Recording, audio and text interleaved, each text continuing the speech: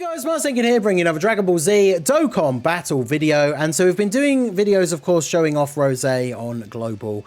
And something that I wanted to do here was take a look at the future of the Super Bosses team. Now, I say Super Bosses in inverted commas because, of course, you can see there is one unit on the team who is not a Super Boss character.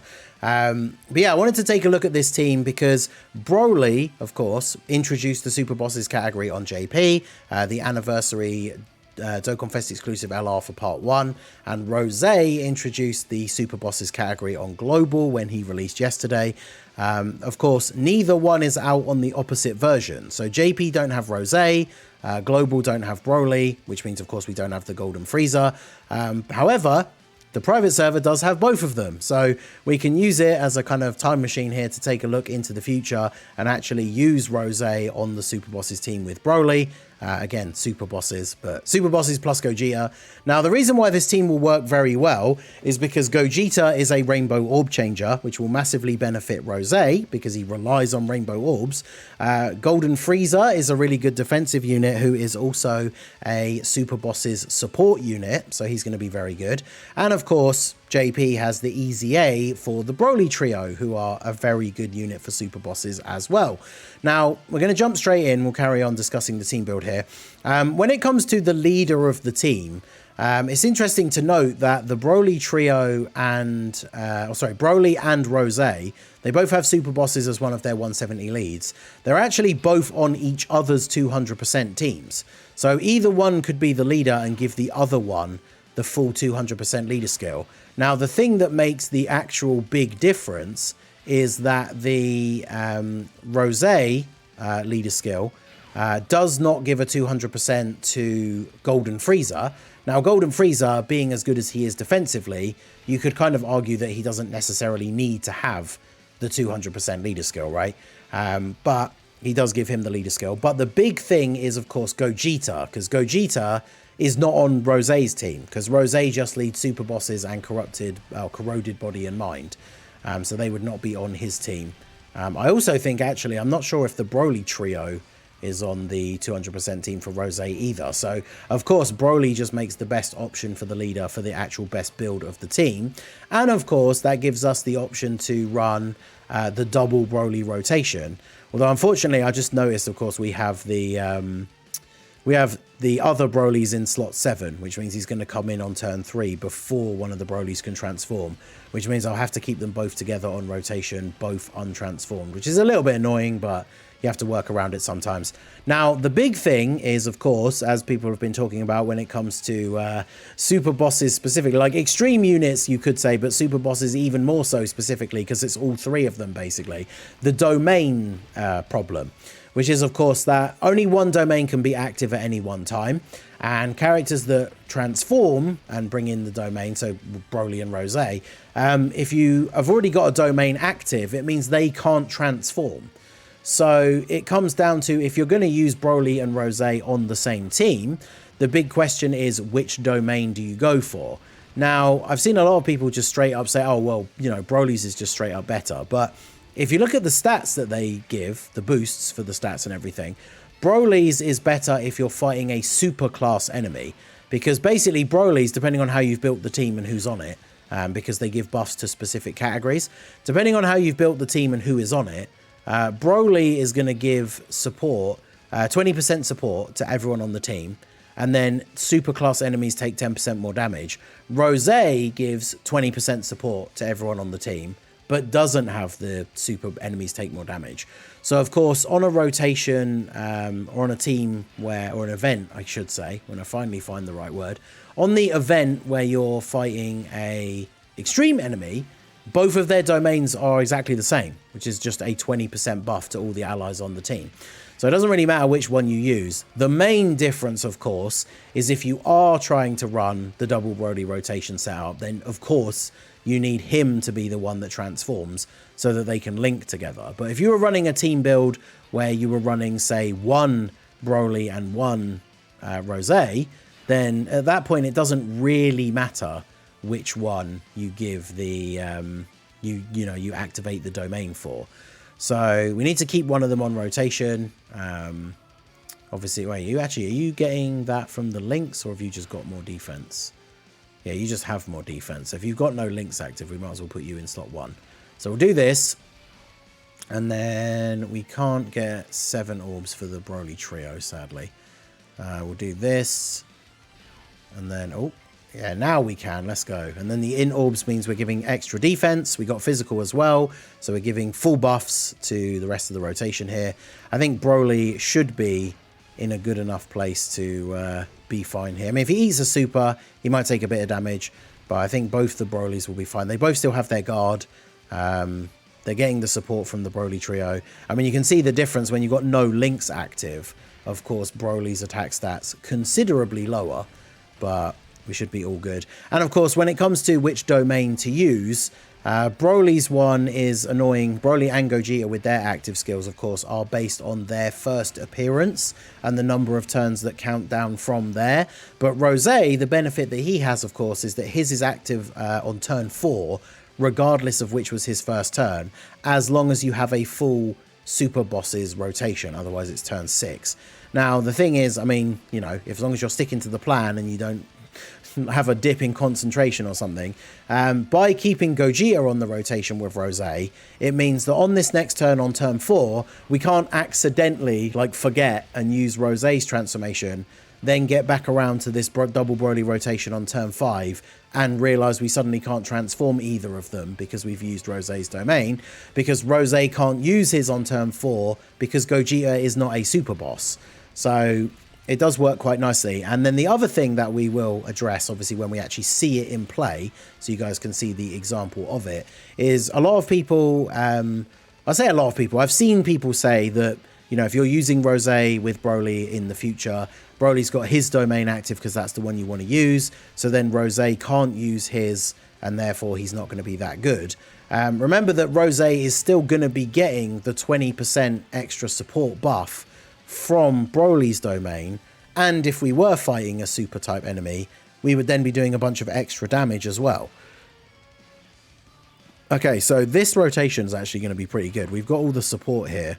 You don't get any links from Frieza, which is kind of funny. So we can get our 3 rainbow orbs thanks to the orb changing from Gogeta. We can grab these, and then we can obviously get the int orbs for Frieza, make sure he gets his damage reduction. He's giving super bosses the 60% extra attack. So, and remember, every number that we see from Rosé on this turn, this is him without big bad bosses as well. So he's missing 25% extra attack and defense here. But remember, as always, like each attack he does, whether it's a super or a normal, is giving him 30% extra attack and defense. And then once he's done with his attacks, he still has 30% damage reduction as well. So we get off our 3 normals from the Rainbow Orb. Then we get the Hidden Potential, which sadly was just a normal. And then, of course, we get a guaranteed... I think, actually, you can trigger the Hidden Potential off of multiple attacks. This is the guaranteed super that he gets for doing 5 turns, which is now at 12 mil. This is, again, this is without big bad bosses active. We're getting the support from Frieza, which of course gives him a pretty significant buff. But yeah, no big bad bosses active, and that's what he's looking like here. The only thing that is a bit sketchy, I guess, on this turn is if Gogeta eats a super from this Frieza. Because this Frieza, well, we're not transformed anyway, but yeah, with this Frieza doesn't have a super attack we could negate, I think. Actually, wait, can we... I forget which... super type it is that Blue Gogeta can negate, but it doesn't matter because it's not Blue Gogeta currently anyway. So, because whilst his post super defense is going to be very good here, he does still have, actually no, he doesn't have guard, does he? Oh no, he does still have his guard active. Well, we're going to find out. There we go, that's my boy. I was going to say, he dodged that first normal of the attack. I was about to give it the good old, are we going to see the dodge the normal, eat the super turn? But our boy came through clutch for us there, so we will take that. And yeah, there we go. So now we should be able to, yeah, there we go. So we can get our Broly transformation here. So now we have our double Broly rotation. We have our domain active to buff our units. Now, of course, the only downside to this strategy, and it's just the same thing as using Broly on the team, or Gogeta on the team with Broly anyway, is, of course, that by having Gogeta on the team with Broly, we are then making it so that Gogeta will take extra damage from Frieza. But I mean, you guys have seen what the double Broly rotation can do, right? Like, Frieza probably doesn't survive this turn. In all honesty, if we had a support unit in slot 3, like in Golden Frieza, Golden Frieza wouldn't survive this turn if he was on full health. So, I mean, some of it's going to come down to the RNG of how many supers Broly does. But, I mean, when he starts off the turn by doing that, and then here come the additionals, even the first one is 17 million. So we are, we're going to be doing a pretty crazy amount of damage over here with Broly. So, go ahead and do this. 18 million on the next one. I wonder if the untransformed one will actually even get a chance to attack. Let's see. Of course, we're getting a ton of crits as well. And then here comes another one. Yeah, Broly's just crazy. I know, like, Beast Gohan is, of course, much better. He's the best unit in the game. But, like, it's crazy how some people switched up on Broly as the anniversary went on. But, like, how can you see him have turns like this with the kind of team you can build around him and think that he's anything but, like, just very, very impressive? It's kind of crazy to me, but, you know. So let's go ahead and do this. I want to try and get, is there any way we can get one more rainbow orb to spawn in at the top there? That would be nice. Well, actually, if we transform with you, don't you change more orbs? No, maybe I'm confusing it for something else. I don't know. We'll do that. Can we get one more rainbow at the top? Let's go. There's our 3 rainbow orbs for Rosé. And then look at that. 7 orbs for the Broly. I mean, he doesn't really attack in this phase anyway.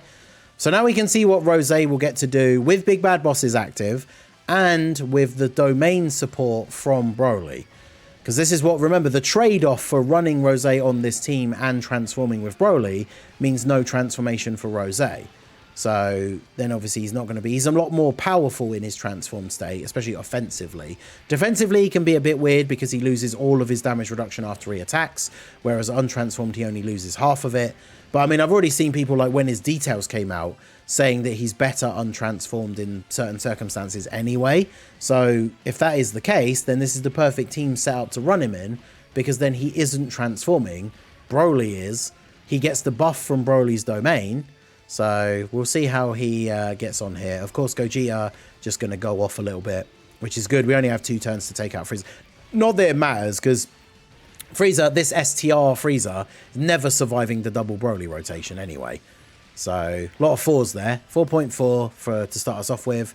We got all the rainbow orbs. If we get enough crits, Rosé could potentially just finish off Frieza here as we start to build up. So we go up to 6 million on the second super. Now the only difference, of course, untransformed is all his additionals can only ever be normals. But we're going to get a bunch of additional normals here. Again, each one of these are buffing up his stats. When we get crits, even the normals do an alright little bit of damage. And then we get, of course, our guaranteed additional super, which is now at 13.6. And then I think we can still do one more, or had we done the hidden potential?